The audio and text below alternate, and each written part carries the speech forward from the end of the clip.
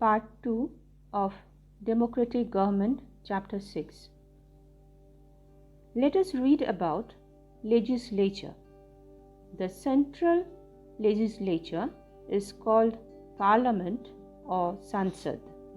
It has two houses, Lok Sabha and Rajya Sabha.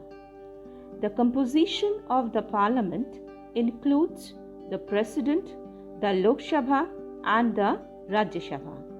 The Lok Sabha can be dissolved under certain conditions, but the Rajya Sabha is only subjected to prorogation because it is the upper house of the Parliament. Dissolution means to close down, whereas prorogation means discontinuing meetings for a given period of time. Lok Sabha is also called the House of People or the lower house of the Parliament. It is the highest lawmaking body in the country. The Speaker presides over the Lok Sabha meetings means that it is the Speaker's duty to maintain the discipline and the decorum of the Sabha and also guides proceedings. The members of the Lok Sabha are elected for a period of 5 years. The current Speaker of the Lok Sabha is Honorable Om Birla. Now children, the members are actually elected members. That means it is us who choose our representatives. Let us know how do these members get elected. Universal adult franchise is followed for elections in India. Under universal adult franchise, all Indian citizens who are 18 years of age or above are allowed to vote. There are also some eligibility criteria for people who want to contest in the Lok Sabha elections and become a member of the Parliament. A major condition is firstly they have to be Indian citizens, then they have to be 25 years of age or above. Other conditions like no criminal record, no bankruptcy and so on also exist for those who want to contest. Our country is divided into many constituencies. Constituencies are political districts, and from each constituency, the candidate with maximum votes become a MP. The maximum number of seats of the Lok Sabha is 552. Let us now read about Rajya Sabha. Rajya Sabha is the upper house of the Parliament. The ex officio chairman of the Rajya Sabha is Vice President of India. He or she is the ex officio chairman as he is the chairman of the Rajya Sabha because he is the vice president. In order to become the chairman of the Rajya Sabha, no elections are held. The current vice president of India is Honorable M. Venkaiah Naidu. 1/3 of members retire in every 2 years and new members replace them. It is a permanent body and cannot be dissolved. Rajya Sabha is only subjected to prorogation. The members of the Rajya Sabha are also elected.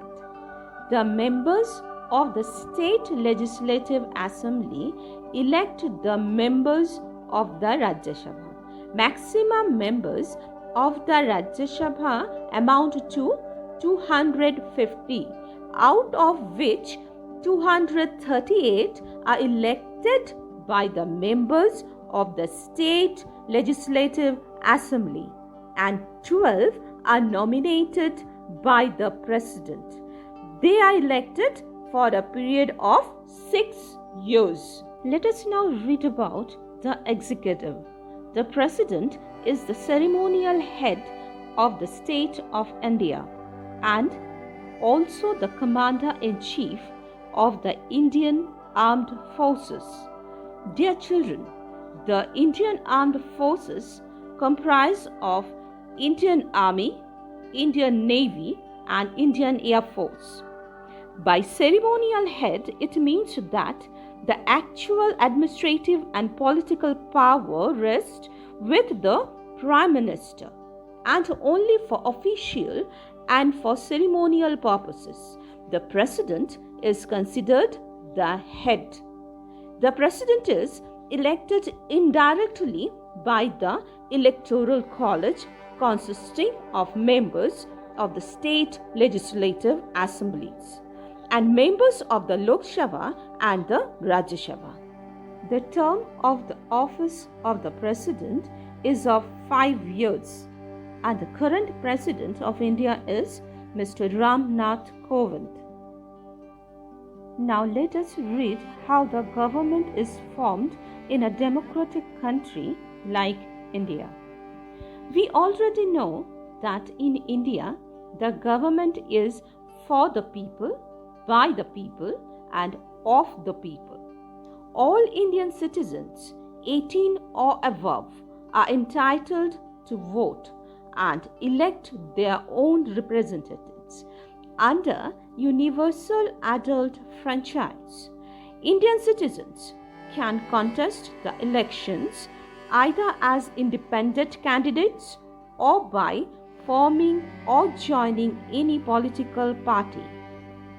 The party that has the majority votes gets the chance to form the government.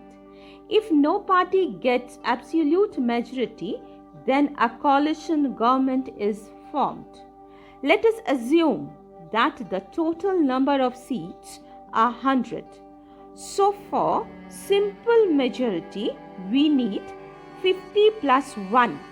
Now, if no party gets 50 plus 1 seats, then coalition government will be formed.